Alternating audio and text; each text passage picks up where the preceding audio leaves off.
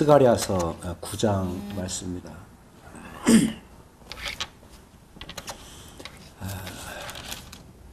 스가랴서는 1장에서 8장까지 하나의 그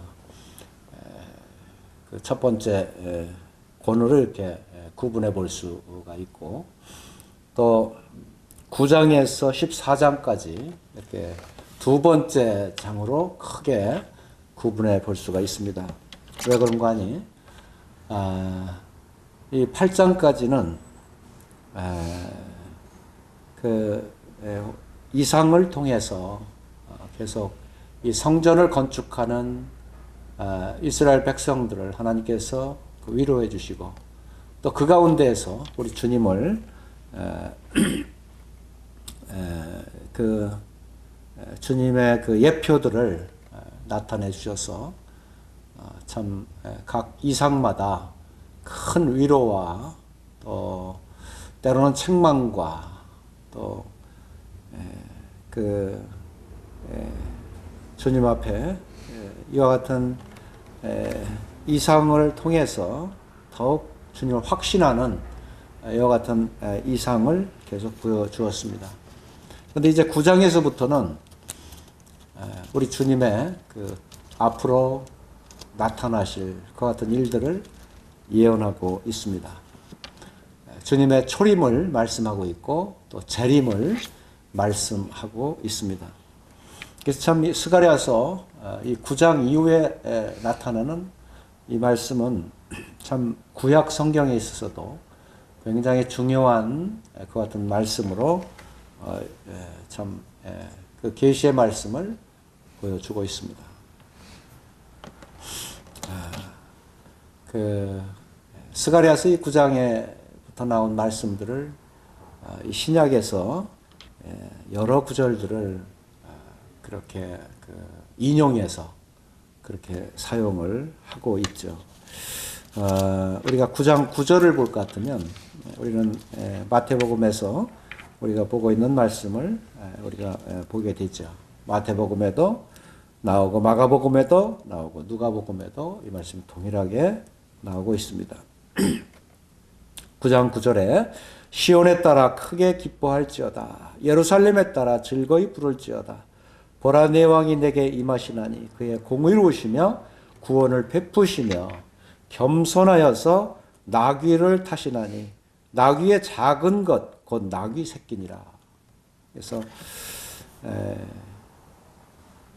그는 공의로우시며 구원을 베푸시며 겸손하여서 나귀를 타시나니, 이렇게 그것도 나귀의 그 작은 것 곧 나귀 새끼다, 이렇게 말씀함으로 인해서 우리 주님께서 예루살렘 입성하실 때 이렇게 작은 나귀 새끼를 타고 입성하시는 이와 같은 주님을 바라보면서 선지자가 미리 말씀하신 대로 바로 그분이 바로 우리의 구원자시고 우리의 메시아라고 하는 사실을 우리가 명확히 알 수 있도록 이와 같이 인도하셨습니다.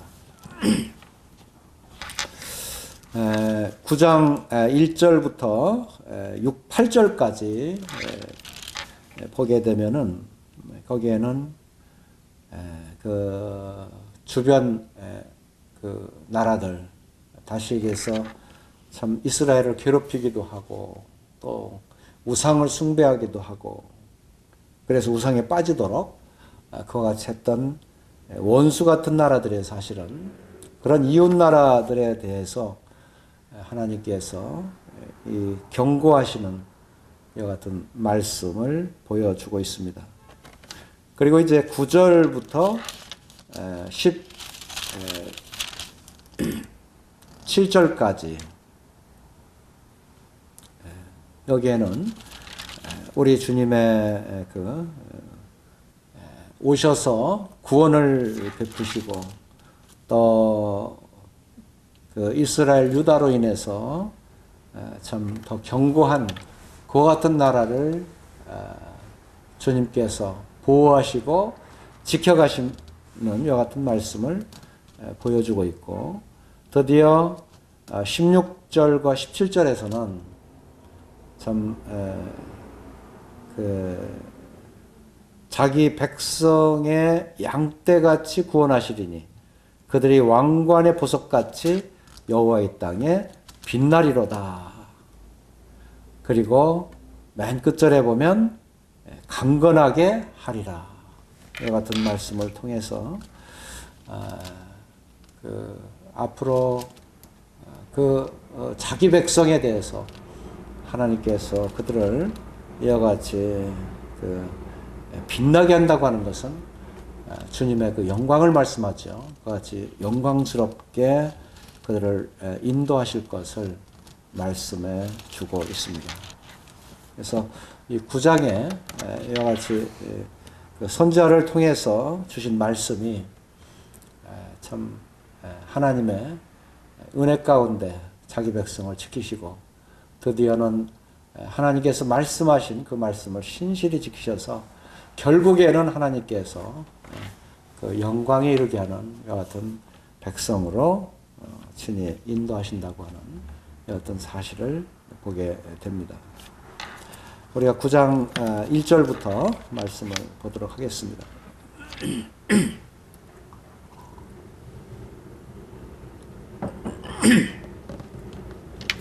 1절입니다. 여호와의 말씀이 하드락 땅에 내리며 다메섹에 머물리니 사람들과 이스라엘 모든 지파의 눈이 여호와를 우러러 봄이니라 했습니다.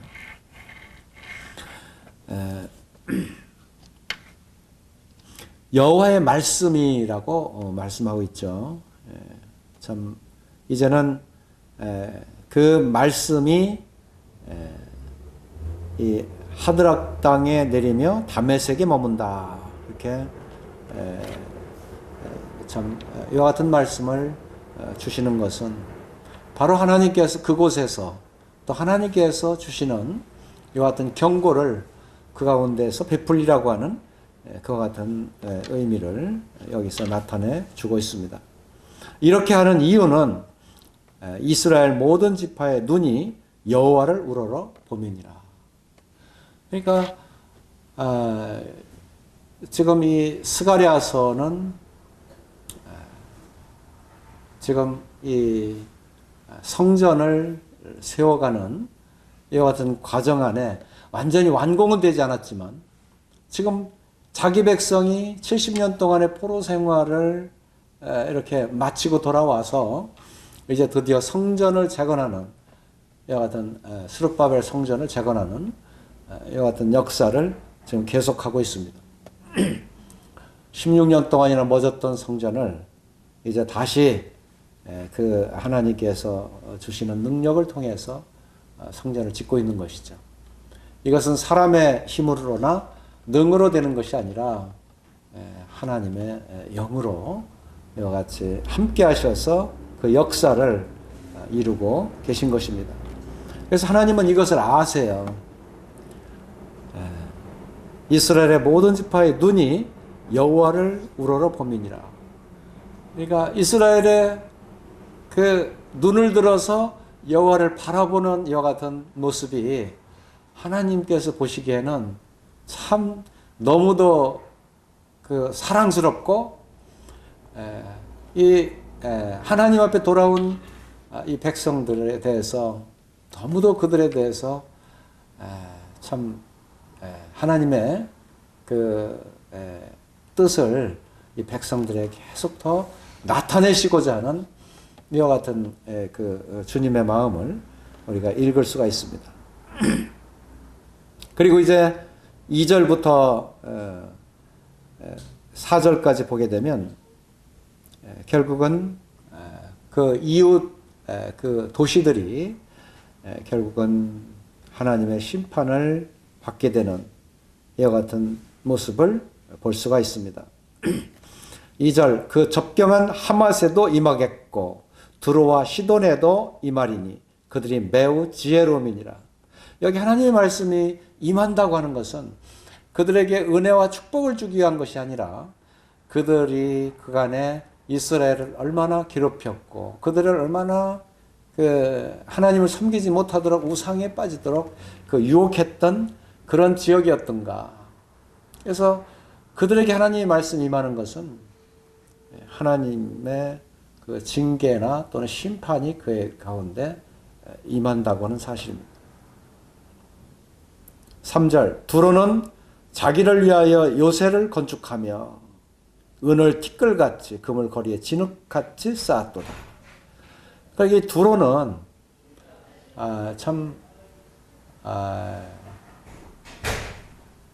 자기들을 위해서 이 재물을 축적하는 바로 그러한 도시였다고 하는 거죠.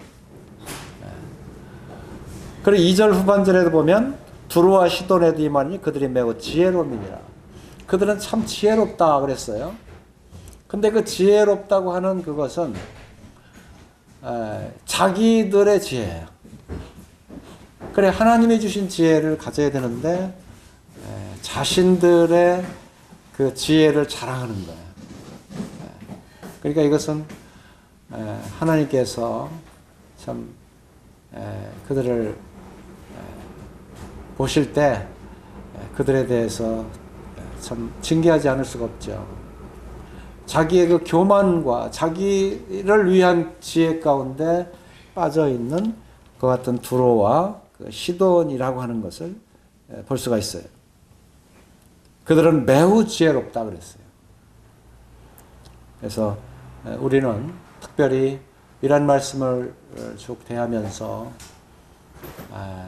이것이 사람의 지혜인가 아니면 하나님의 지혜인가, 하나님께서 주신 말씀을 통해서 우리가 참 영적인 그 같은 눈으로 주님을 바라보고 그 가운데 영적인 그 같은 능력으로 지금 우리가 받고 있는가, 그런 지혜 가운데 우리가 살아가고 있는가, 이것을 우리가 잘 분별할 필요가 있습니다. 이 두로와 시돈은 자기들에 대해서 매우 지혜롭다 그렇게 말씀하고 있습니다. 에스겔서 28장을 보겠습니다.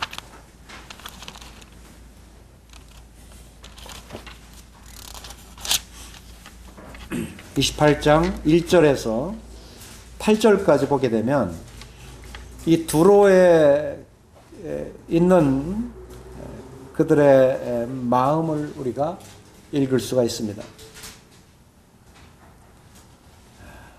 28장 1절 또 여호와의 말씀이 내게 임하여 이르시되 인자야 너는 두로 왕에게 이르기를 주 여호와께서 같이 말씀하시되 네 마음이 교만하여 말하기를 나는 신이라 내가 하나님의 자리 곧 바닷 가운데 앉아있다 하도다.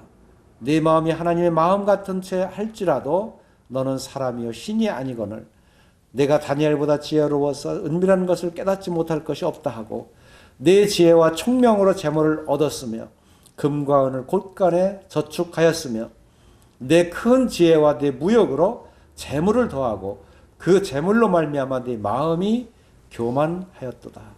그러므로 주 여호와께서 같이 말씀하셨느니라. 네 마음이 하나님 마음 같은 채 하였으니 그런즉 내가 이방인 곧 여러 나라의 강포한 자를 거느리고 와서 너를 치리니 그들이 칼을 빼어 내 지혜 아름다운 것을 치며 내 영화를 더럽히며 또 너의 구덩이에 빠뜨려서 너를 바닷 가운데에서 죽임을 당한 자의 죽음같이 바닷 가운데에서 죽게 할지라. 이와 같이 이 두로와 시돈에 대해서, 지금 여기는 두로 왕에 대해서 말씀하고 있는데 우리 지금 이 스가랴서 9장 2절부터 3절 4절에 보면 바로 이와 같이 에스겔서 28장에 그들을 지적하고 책망했던 말씀의 요약과 같이 그렇게 나타나고 있습니다. 그들은 정말 교만했어요. 에스겔 18장 2절에 말씀하고 있듯이 내 마음이 교만하여 말하기를 나는 신이라. 그러니까 그들에 있어서 스스로가 나는 신인 것으로, 하나님이 없어요. 자기 자신을 신처럼 여기고 자기들의 또한 신을 쫓아가고 이와 같이 스스로 매우 교만한 그러한 사람이었다 하는 거죠. 두 번째는 뭘까요? 28장 4절에 보면 내 지혜와 총명으로 재물을 얻었으며, 그러니까 이 세상의 그 살아감에 있어서의 그 필요한 모든 이런 재물이며 자기의 지혜를 얻을 수 있는 그런 풍요는 그들이 다 누리고 살았다는 거예요. 이런 세상을 하나님은 책망하십니다. 어리석은 부자의 그 누가복음의 그 비유를 주님께서 말씀하실 때 참 고간에 이제 농사짓고 채우고 이제 여러 해 먹을 것을 이제 다 준비해 놨잖아요. 그러니까 이제 더 이상 걱정할 게 없어요. 그런데 내가 오늘 내 영혼을 데려가면 어떡하겠느냐. 그의 생명이 더 귀한 것을 말씀하시고 하나님께 대해서 이렇게 부유하지 못한 자에 대한 그런 것이 바로 이 어리석은 부자와 같다. 재물은 축적하고 재물은 풍요할지 몰라도 하나님께 대해서는 전혀 빈곤한, 마치 라오디아 교회에 저 모든 것을 자신이 다 가지고 있고 부유하고 한 것 같은데 실제는 그가 벌거벗은 자요 가난한 자요 정말 이 하나님께 대해서 가련한 그런 자다. 참 우리는 이 세상에 주는 어떠한 것보다 하나님께 대해서 우리가 부유해야 된다는 거죠. 부자와 나사로의 누가복음 그 비유를 16장에 나오죠. 그 비유를 보게 되면 이 가난한 자는, 나사로는 늘 부자에 떨어지는 그 같은 이 부스러기를 참 먹고 살았어요. 그리고 참 상한 그런 몸으로 참 그 긁으면서 그 상처를 긁으면서 정말로 어렵게 괴로움 가운데 살았지만, 그러나 이 자주옷을 입은 부자는 어떻습니까? 하나님을 의지하지 않고 자기의 그 부와 자기의 권세를 누리면서 살았습니다. 그러나 결국에 가서 그 하나님께서 심판하실 때 이 부자는 결국은 이 그 하나님의 축복에 그 같은 곳에 이르지 못했습니다. 다시 얘기해서 하나님은 우리 주님을 통해서 천국을 예비하셨습니다. 창세 때부터 예비된 그 같은 나라를 우리에게 예비하시고 그곳에 들어올 수 있도록, 그곳에 영원토록 거할 수 있도록 우리 주님을 보내주셨습니다. 우리 주님을 우리가 영접하고 또 주님의 말씀으로 충만하여지고 또 하나님께서 주신 성령으로 말미암아 우리가 충만해서 총명을 얻게 되고 또 하나님의 지혜를 얻는 것으로 우리의 그 삶이 부유해지는 것을 하나님은 더 원하시고 또 사실상 그러한 사람이 되도록 우리 주님께서 이 메시아로 우리 가운데 임하셨다고 하는 사실을 우리가 기억할 수가 있습니다. 그런데 우리가 본문 스가랴서 9장 3절에 보면 두루는 자기를 위하여 요새를 건축하며 은을 티끌같이 금을 거리에 진흙같이 쌓았도다. 그러니까 4절에 주님께서 어떻게 말씀하십니까? 주께서 그를 정복하시며 그의 권세를 바다에 쳐 넣으리니 그가 불에 삼켜질지라. 이러한 교만한 자들을 하나님께서 심판하실 것을 말씀하고 있는 것입니다. 그리고 6절에도 5절 6절에도 이스골론이 보고 무서워하며 가사도 심히 아파할 것이며 그 소망이 수치가 되므로 역시 그러하리라. 가사에는 임금이 끊어질 것이며 아스글론은 주민이 없을 것이며 아스도드는 잡족이 거주하리라. 내가 블레셋 사람의 교만을 끊고 그랬습니다. 이 5절 6절에 나타나는 이스글론이나 가사나 에글론이나 에스글론, 에스돗 이와 같은 지역들은 전부가 이 블레셋에 속한 큰 도시들이에요. 그래서 이러한 그 도시들에 하나님께서 심판하실 것을 말씀하고 있습니다. 그것은 이 블레셋의 그 교만 때문에 그렇습니다. 그 하나님을 섬기지 않았습니다. 사무엘 상에 보면 그들은 전적으로 이 우상을 섬기면서 이스라엘을 대적했던 이와 같은 민족이었음을 보게 되죠. 그래서 하나님께서 이 블레셋 사람의 교만을 아주 끊어버리겠다 이렇게 말씀하시고 직접 하나님께서 임하셔서 그들을 다루시는 것을 보아요. 참 무서운 거죠. 7절에 보면 그의 입에서 그의 피를 그의 이사이에서 그 가증한 것을 제거하리니 그들도 남아서 우리 하나님께로 돌아와서 유다의 한 지도자같이 되겠고 에글론은 여부수 사람같이 되리라. 참 이 7절의 말씀을 보면서 참 하나님은 정말 인자하신 하나님이시구나. 그 입에서 그 피를 그 이사이에서 가증한 것을 제거한다고 하는 것은 하나님께 돌아오게 하기 위해서는 그들의 교만이거나 그들의 허물이거나 그들의 죄악에 대해서 다 제거를 해야 되는 것입니다. 그들에게 하나님께서 구원을 베풀기 위해서 하나님은 그들을 한 번 더 다루시는 것입니다. 하나님께서 그들을 깨끗하게 해야만 그들은 하나님께로 돌아와서 하나님의 백성으로 섬길 수가 있어요. 그런데 그 대상이 누구냐? 이 블레셋도 그 대상이다 하는 거예요. 7절 중반에 보면 그들도 남아서 우리 하나님께로 돌아와서 그랬습니다. 그리고 블레셋 사람들도 이 하나님께 돌아온다 그렇게 말씀하고 있어요. 이건 도저히 우리가 이해할 수 없는 말씀인데 하나님은 그렇게 하시겠다는 거예요.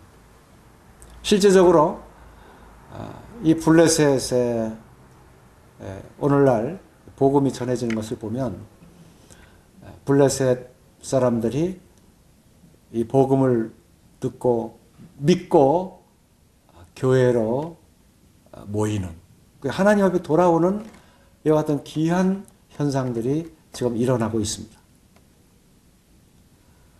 그리고 이번에 그 애굽, 이집트에 그 네 분의 형제님들이 다녀왔는데 그들의 서로 이렇게 신분도 잘 알 수가 없었고 서로 이제 주님을 믿은 감정들을 서로 나누면서 서로 이렇게 확인하는 거예요. 서로 알 수 있잖아요. 믿었으면. 그렇게 해서 서로 이제 교제를 나눴는데 그 교제 가운데 어느 형제님이 그런 말씀을 하세요. 당신들이 지금 이 성경을 볼 때 애굽 사람인데 성경에서 이 애굽 사람에 대해서 그렇게 나쁘게 계속 기록이 되어 있는데 이 성경을 읽을 때 당신들은 정말 언짢은 그런 것을 늘 느끼지 않느냐. 그렇게 성경이 늘 자기들이 지목한 것에 대해서 좋지 않게 가서 느끼지 않느냐 그 말씀.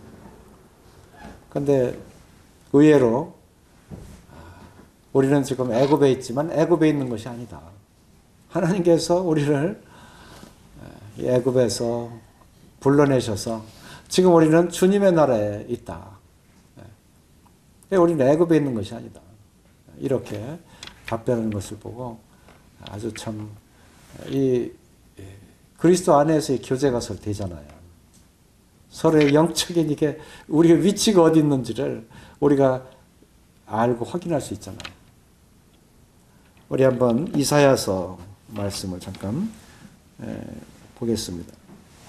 이사야서 19장 24절 25절입니다.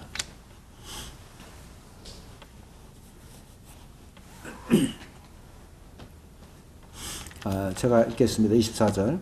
그날에 이스라엘이 애굽 및 아수르와 더불어 셋이 세계 중에 복이 되리니 이는 만군의 여호와께서 복주시며 이르시되 내 백성 애굽이여 내 손으로 지은 아수르여 나의 기업 이스라엘이여 복이 있을지어다 하실 것입니다.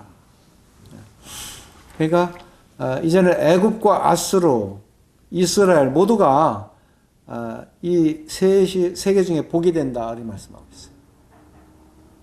하나님은 이스라엘을 택하시고 이스라엘에게 율법도 주시고 또 이스라엘의 고난을 통해서 하나님의 백성들에 대해서 오늘 영적인 이와 같은 그리스도인의 축복을 받을 이 하나님의 영적 백성들에 대한 많은 교훈들을 기록하기 위해서 이스라엘을 하나님께 쓰셨습니다.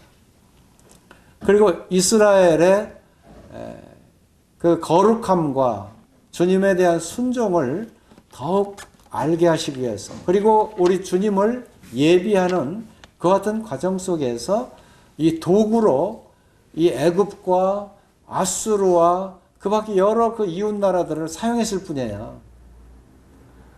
그런데 결국 이 마지막 때에는 이 애굽을 주님께서 사랑하시고 아수르를 사랑하셔서 그 가운데에서 이제는 그 하나님을 믿고 이 복된 백성이 되도록 그와 같이 인도하신다고 하는 사실이에요. 그래서 그 애굽 이집트에 한 200여 교회가 있다고 하는 것을 이번에 교제하고 아주 그냥 깜짝 놀랐어요. 형제님들 어쩔 줄을 몰라요.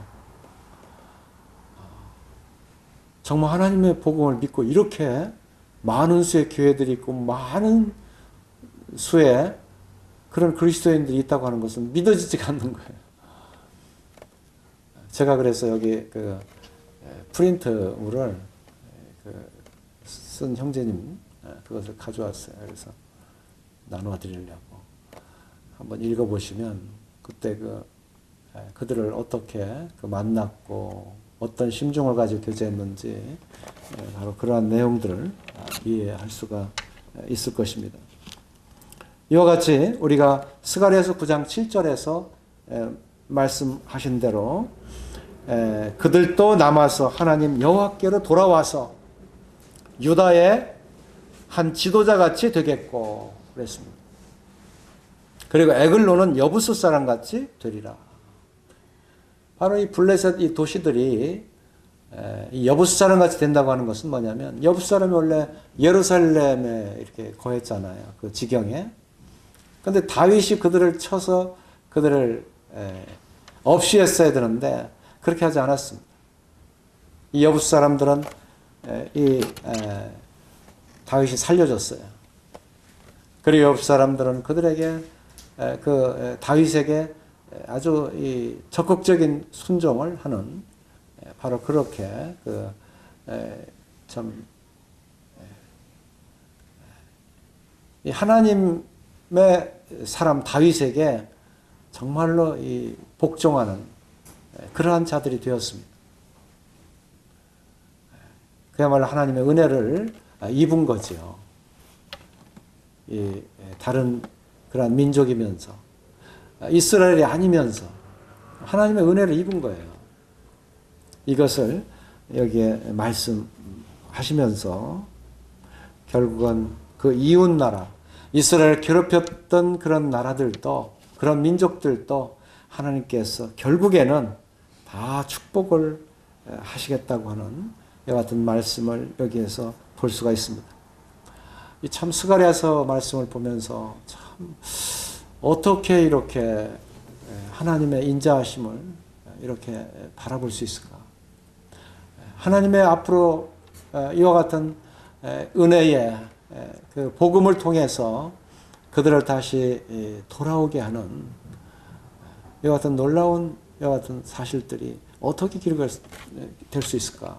그런데 하나님이 이와 같은 걸 선지자를 통해서 알게 하셨어요. 오늘날은 이제 이방인 우리들까지 다 하나님의 복음을 듣고 돌아와서 우리 주님 앞에 하나님을 경배하며 하나님을 예배하며 하나님을 찬양하며 하나님께 영광을 돌리는 바로 이러한 자들이 되었다고 하는 사실은 참 이 마지막 시대에 놀라운 일인 것이죠.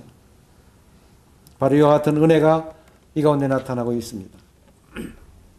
이제 8절을 보면 내가 내 집을 둘러 진을 쳐서 적군을 막아 거기에 왕래하지 못하게 할 것이라. 포악한 자가 다시는 그 지경으로 지나가지 못하리니 이는 내가 눈으로 치니 봄이니라.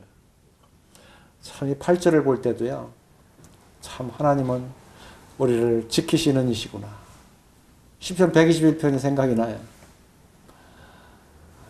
우리 여호와 하나님은 졸지도 않으시고 주무시지도 않고 이스라엘을 계속 지키시는 바로 그런 하나님이시구나. 여기에 내가 내 집을 둘러 진을 쳐서 아예 내가 다시 해서 여호와 하나님께서 내 집은 뭐예요? 주님의 성전과 주님의 그 백성들 이게 내 집이라고 말씀하셨잖아요. 여기에 진을 쳐서 적군을 막는다.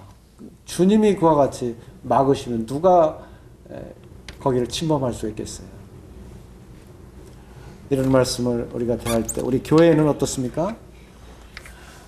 내가 이 반석에 교회를 세우리니 음부의 권세가 다시는 그들을 해하지 못할 것이다.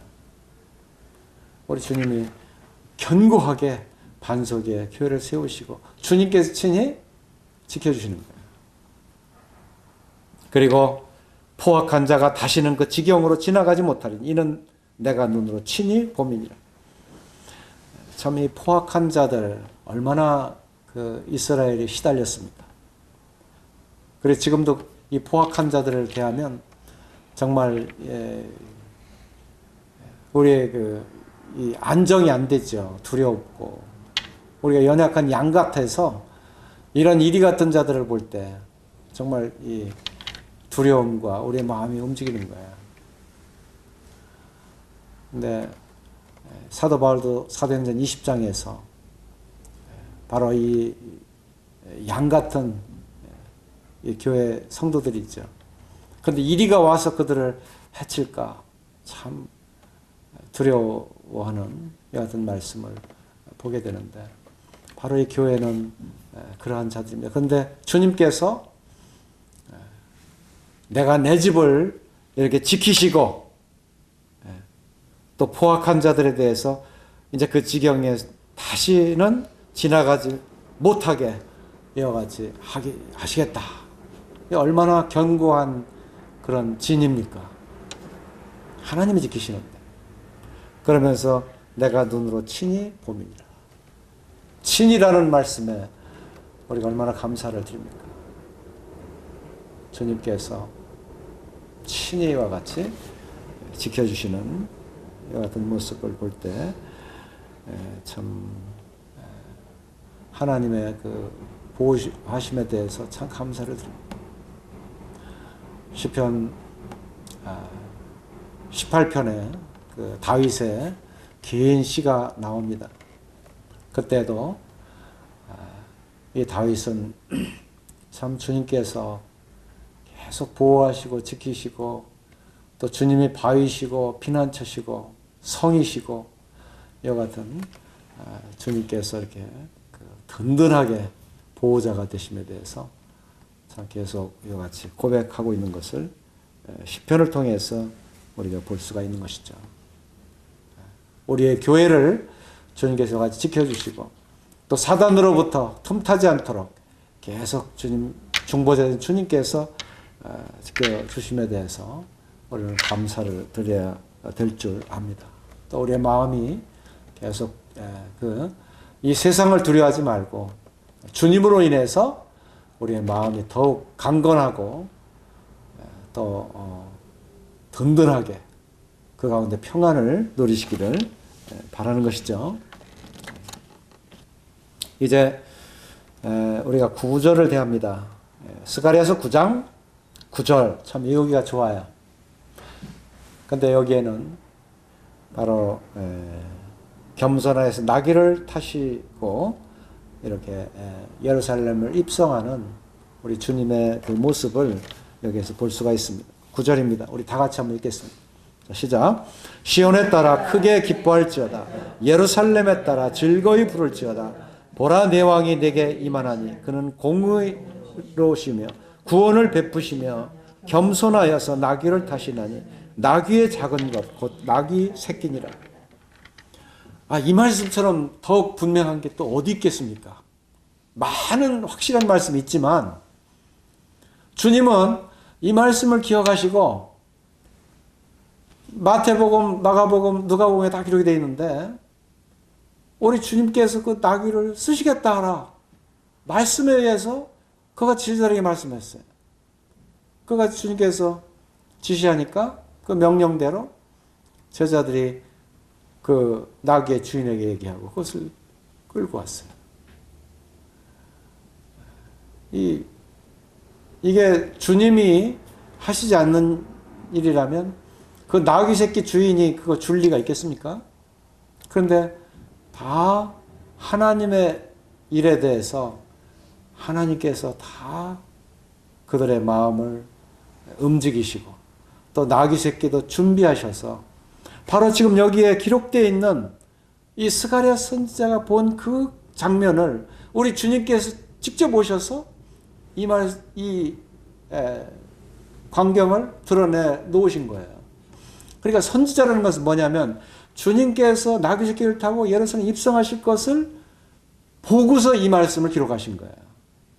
이 말씀을 기록해서 주님이 이렇게 하신 게 아니라 주님이 그렇게 하시는 그 주님의 찬양을 받고 영광을 받으시며 입성하시는 이와 같은 모습이 보이는 거예요.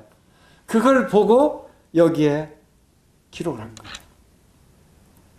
이렇게 우리 구주 되신 메시아께서 오실 때는 시온의 딸들아 찬양해라. 예루살렘의 딸들아 너희가 정말로 찬양하며 크게 즐거이 소리를 내서 그를 찬양할지어다. 그를 부를지어다. 이와 같이 말씀하고 있는 거예요. 우리는 마가복음 말씀 실제로 한번 보겠습니다. 마가복음 11장.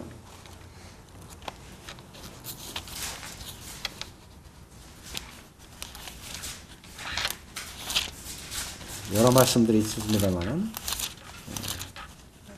짧고 간략한 것은 마가복음 볼 때가 참 좋아요. 마가복음 11장 1절부터 10절까지입니다. 좀 길죠?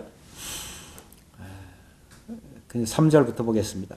만일 누가 너에게 왜 이렇게 하느냐 묻거든 주가 쓰시겠다 하라. 그리하면 즉시 이리로 보내리라 하시니 제자들이 가서 본즉 나귀 새끼가 문 앞거리에 매여 있는지라. 그것을 푸니 거기 서 있는 사람 중 어떤 이들이 이르되 나귀 새끼를 풀어 무엇 하려느냐 하매 제자들이 예수께서 이르신 대로 말하는데 이에 허락하는지라. 이 장면도 이게 참 놀라운 장면이에요. 주님께서 쓰시겠다 하라. 그리하면 보내리라. 주님은 먼저 다 알고 이거 하시는 거예요. 그리고 7절 나귀 새끼를 예수께로 끌고 와서 자기들의 겉옷을 그 위에 얹어 놓으며 예수께서 타시니 많은 사람들은 자기들의 겉옷을 또 다른 이들은 들에서 벤 나뭇가지를 길에 펴며 앞에서 가고 뒤에서 따르는 자들이 소리 지르되 호산나 찬송하리로다. 주의 이름으로 오시는 이여 찬송하리로다. 오늘 우리 조상 다윗의 나라여 가장 높은 곳에서 호산나 하더라. 네. 만약 이와 같이 찬양을 하지 않으면 누가 보기면 어떻게 했어요? 돌들이 소리 지를 것이다. 이것은 하나님께서 이미 우리 주님을 예비해 놓으시고 예루살렘 첫 입성할 때 이와 같이 주님을 찬송한 거야. 정말로 창세전에 예비했던 바로 그 구주 되신 메시아가 지금 주님의 정하신 그 장소에 지금 입성을 하고 있는 거예요. 이것은 사람 손으로 한 것이 아니라 하나님께서 예비하신 바로 그곳에 지금 입성하고 계신 모습이다 그 말이에요. 이 모습을 하나님 앞에서 우리 주님을 보게 하시고 주님을 찬양하는, 진정으로 찬양하는, 진정으로 주님을 영접하는 바로 이와 같은 순간이라고 하는 것을 기억하시기 바랍니다. 이것을 스가랴 선지자는 그 광경을 바라보면서 이렇게 9장 9절에 그 예언의 말씀, 선지적인 말씀을 기록하고 있다고 하는 사실입니다. 그리고 그 작은 나귀라고 그랬어요. 겸손하여서라는 말씀이 있죠. 다윗이 시편을 이렇게 보면 참 감사한 게 뭐냐면요. 내가 왕이 됐다. 내가 이제는 그런 주권을 얻었다. 그래서 이 왕이라고 스스로 얘기하는 것이 시편에 하나도 없어요. 나 이거 보고 깜짝 놀랐어요. 다윗이 얼마나 겸손했던. 그리고 자기가 왕된 건 하나님이 자기를 이렇게 왕이 되게 하셨다. 내가 감당할 수 없는 그런 자다. 사무엘하의 7장에서 보면 그 언약을 주셨을 때 다윗이 거기에 대해서 감당을 못하는 그런 모습을 봐요. 얼마나 다윗이 겸손한지. 저는 시편에 한 70여 편의 다윗시가 있어도 거기에 다윗이 교만하게 기록되어 있는 말씀이 하나도 없어요. 그런데 이 다윗처럼 우리 주님이 오셔서 그 주님의 모습을 드러내실 때에도 주님은 한 번도 이 사람 위에 군림하거나 그들을 억누르거나 이렇게 하지 않으시고 오히려 자기를 사람의 아들이라고 인자라고 에스겔서에 참 많이 나오죠. 인자라고 이렇게 낮춰 말씀하시고 그리고 겸손하셔서 너희들이 나는 겸손하고 온유하니 무엇이든지 내게로 와라. 내게서 배우라. 나는 겸손하고 온유한 자니 내게로 와서 배우라. 주님은 이렇게 마태복음 11장 29절에 말씀하고 있잖아요. 겸손한 우리 주님. 빌립보서 2장 5절부터 보면 우리 주님의 낮아지심, 얼마나 낮으셨나. 그는 하나님의 본체신 하나님과 동등됨을 취할 것으로 여기지 아니하시고 오히려 사람들과 같이 되어서 사람의 모양으로 나타나셨습니다. 그랬잖아요. 그래서 우리 주님의 이 겸손, 낮아지심, 하나님이신데도 자기의 피조된 인간 앞에 그러한 겸손을 가지신 우리 주님의 모습. 이게 겸손이에요. 그런데 그 나귀는 얼마나 이게 참 양도 아니고요. 정말 성질이 그냥 아주 못된 그런 짐승 아니겠어요. 그런데 주님이 예루살렘 입성할 때 이 나귀 새끼를 이렇게 타고 오셨다. 이 나귀 그런 고집스러운 것들 그것들을 주님이 쓰시겠다 하시고 그 위에 앉으셔서 스스로 이 나귀 새끼와 함께 그 고집스러운 짐승과 함께 찬송과 영광을 받으시는 주님의 그 모습을 이것은 이럴 수가 있나. 스가랴 선지자는 너무 놀라운 이 사실에 참 놀랐어요. 그리고 이제 그 제자들도 이렇게 입성하시는 우리 주님의 모습을 보고 이것이 바로 스가랴 선지자가 9장 9절에 말씀한 이 모습이 아니냐. 우리 주님의 메시아 되신 것을 그렇게 말씀을 보고 확신하는 거죠. 영적 이와 같은 우리 주님을 확신하고 영접하고 즐거워하는 바로 이와 같은 모습을 우리가 볼 수가 있습니다. 보면 스가랴서 9장 10절에는 이제는 내가 에브라임의 병거와 예루살렘 말을 끊겠고 전쟁하는 활도 끊으리니 이거 뭐예요? 평화예요. 그가 이방 사람에게 화평을 전할 것이요 그의 통치는 바다에서 바다까지 이르고 유브라데 강에서 땅 끝까지 이르리라. 이 말씀만 보더라도요 우리의 주님은 화평의 주님이시다. 평강의 왕이시다. 이사야서 9장에 7절에 말씀하고 있잖아요. 그리고 에베소 2장에도 우리 주님께서 화평을 전하셨다. 고린도 후서 5장에도 우리를 화목하게 하신 우리 주님.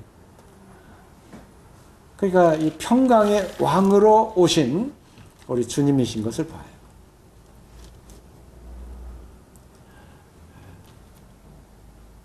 이 10절은 왕으로 오셔서 통치하시는 그 모습을 말씀하고 있고 그 통치하시는 그 소식은 온 세계에 그대로 전파될 것이다.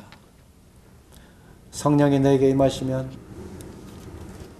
너희가 권능을 받고 그랬잖아요. 유다와 예루살렘과 유다와 사마리아 온 땅끝까지 내 증인이 되리라.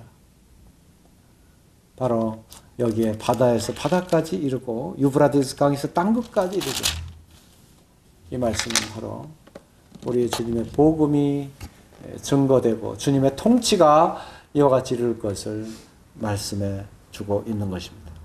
이것은 9장 9절 거기에 보라 내 왕이 내게 임하시나니 이 말씀을 보잖아요. 보라 그러는 거예요. 보라. 이 보라는 이 단어가 가끔 나와요. 성경에 보면. 이거는 주님의 그 징조에 나타나심, 주님의 예언에 대한 성취, 우리가 그분을 확인할 수 있는 바로 그런 부분에 보라라고 말씀하는 거예요. 우리에게 임하실 바로 그분은 바로 왕이시라는 거예요. 왕.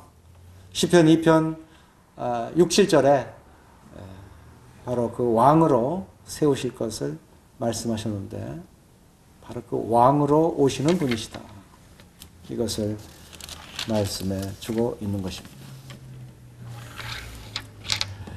이제 11절부터 17절까지는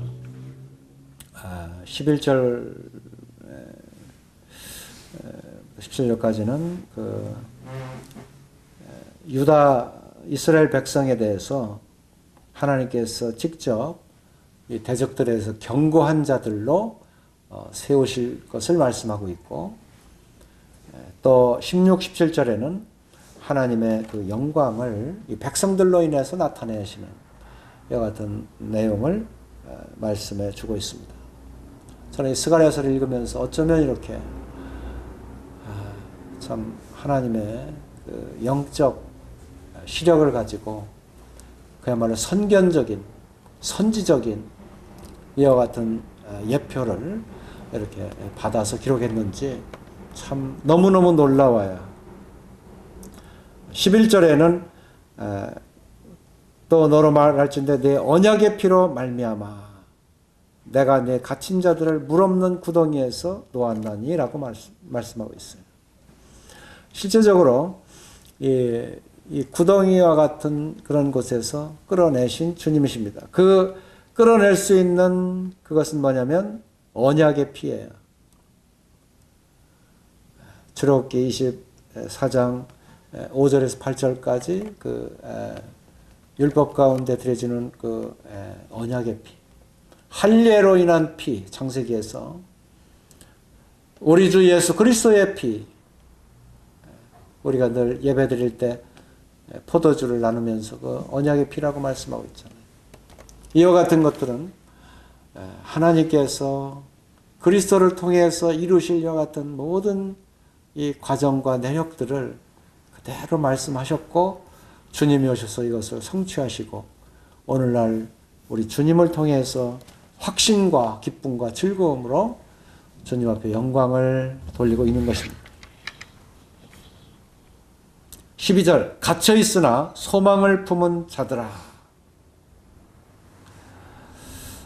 여기 말씀만 들어도 갇혀 있으나 소망을 품은 자들아. 참 놀라운 말씀이에요. 우리는 지금 이 세상에 애굽 속에 이 세상 속에 갇혀 있잖아요. 그러나 이 세상에 살고 있지만 우리는 뭐예요? 소망 있는 자들이에요. 왜? 우리 주님이 계시니까. 우리로 이 죽음에서 사망의 길에서 우리를 생명의 길로 인도하시고 또 이제 주님께서 부활 승천하신 것처럼 우리도 또한 동일하게 데살로니가전서와 고린도서 15장에 보면 우리도 이제 주님 앞에 나가고 요한일서 3장에 보면 우리도 그와 같이 변화되는 이와 같은 때를 맞이하게 될 것입니다. 우리의 소망은 주님이십니다. 그래서 우리는 갇혀 있으나 소망을 품은 자들입니다. 우리는 소망이 있는 자들. 믿음, 사랑, 소망. 이 소망은 우리의 마음을 뛰게 합니다. 또 13절에는 내가 유다를 당긴 활로 삼고 에브라임을 끼운 화살로 삼았습니다. 이 활과 화살로 삼았다는 것은 이것은 이 유다로 인해서 이스라엘로 인해서 강하게 그리고 우리가 이 하나님의 말씀을 가져라. 이 말씀 이것은 하나님의 검을 가져라는데 이것은 곧 뭐냐면 하나님의 말씀이다. 에베소 6장에 말씀하고 있잖아요. 이것처럼 우리의 이 이스라엘과 유다 백성을 이와 같이 하나님께서 강하게 그들을 누구도 대적할 수 없도록 이와 같이 삼으신다고 하는 것입니다. 15절 만군의 여호와께서 그들을 호위하시리니 그들이 원수를 삼키며 물맷돌을 밟을 것이며 그들의 피를 마시고 즐거이 부르기를 술 취한 것 같이 할 것인즉 피가 가득한 동이와도 같고 피 묻은 제단 모퉁이와도 같을 것이라. 중요한 것은 만군의 여호와께서 그들을 호위하신다 그랬습니다. 하나님이 우리와 함께 하시고 우리를 호위하신다고 하는 이 사실을 우리가 기억하시고 어떠한 일을 하시든지 여호수아 같은 그와 같은 믿음을 가지시고 이 세상을 이기는 이김 너희가 이기는 이김은 이것이니 곧 믿음이니라. 세상을 이기는 이김은 이것이니 곧 믿음이니라 이렇게 말씀하셨잖아요. 우리에게 이와 같은 믿음을 계속 주님 호위하신다고 하는 이 사실을 아시고 믿고 승리하는 삶을 살아가시기를 바라겠습니다. 16절 이날에 그들의 하나님 여호와께서 그들의 자기 백성이 양떼같이 구원하시리니 그들이 왕관의 보석같이 여호와의 땅에 빛나리로다. 결국은 이날에 그랬습니다. 이제 하나님의 구원의 날 이제 9장부터 14장까지는 어떻게 있다고요? 우리 메시아의 도래 이제 초림과 재림으로 오실 것을 이제 말씀하신 거예요. 그러니까 주님의 오시는 그날에 모든 백성들은 다 구원을 받게 될 것입니다. 한 사람도 남김없이 구원을 받게 될 것입니다. 그리고 그들이 왕관의 보석같이 여호와의 땅에 빛나리로다. 이 보석처럼 빛난다. 흉배가 있어서 보석을 받고 이렇게 그 주님의 그 이름들을 12지파를 다 기록한 것처럼 또 요한계시록에도 보면 어떤 12지파의 그 보석과 같이 빛나는 어떤 모습이 결국은 주님 안에 그리스도 안에서 구원받은 자들의 모습이라고 하는 것을 우리가 알게 되죠. 결국 여호와의 땅에 빛나리로다 하신 대로 빛을 발할 것입니다. 17절 그의 형통함과 그의 아름다움이 어찌 그리 큰지 곡식은 청년을 세포들은 처녀를 강건하게 하리라. 주님의 말씀이요. 이 당시에도 희귀했잖아요. 어쩌면 그렇게 우리 주님의 이와 같은 그 말씀을 받아서 이렇게 그 강한 이러한 영역으로 말씀을 기록했는지요. 결국은 주님의 백성들은 그 형통함과 그 아름다움이 드러날 것입니다. 그리고 어찌 그리 큰지 결국은 청년, 처녀 같은 자들이 강건하게 하리라 하신 대로 참 주님의 이 백성들이 그 영광을 보게 되고 또 강건한 모습으로 우리 주님을 섬기게 될 것을 이와 같이 말씀하고 있습니다. 우리가 이렇게 언약의 말씀이 있는 이상, 그리고 이렇게 말씀을 다 이루어 가신 이상, 우리에게 또 믿음을 주신 이상, 우리는 결코 그리스도 안에서 흔들릴 수 없는 자들이라고 하는 것을 기억하시기 바랍니다. 히브리서 8장 11장 끝에죠. 거기에는 이 진동치 못할 나라를 받았다. 그래서 변동하고 변혁할 수 없는 그 같은 하나님의 그 같은 나라를 받았다고 하는 사실을 우리에게 말씀해 주면서 굳건한 믿음으로 주님을 섬길 것을 말씀해 주고 있습니다. 우리 히브리서 10장을 읽고 마치도록 하겠습니다. 히브리서 10장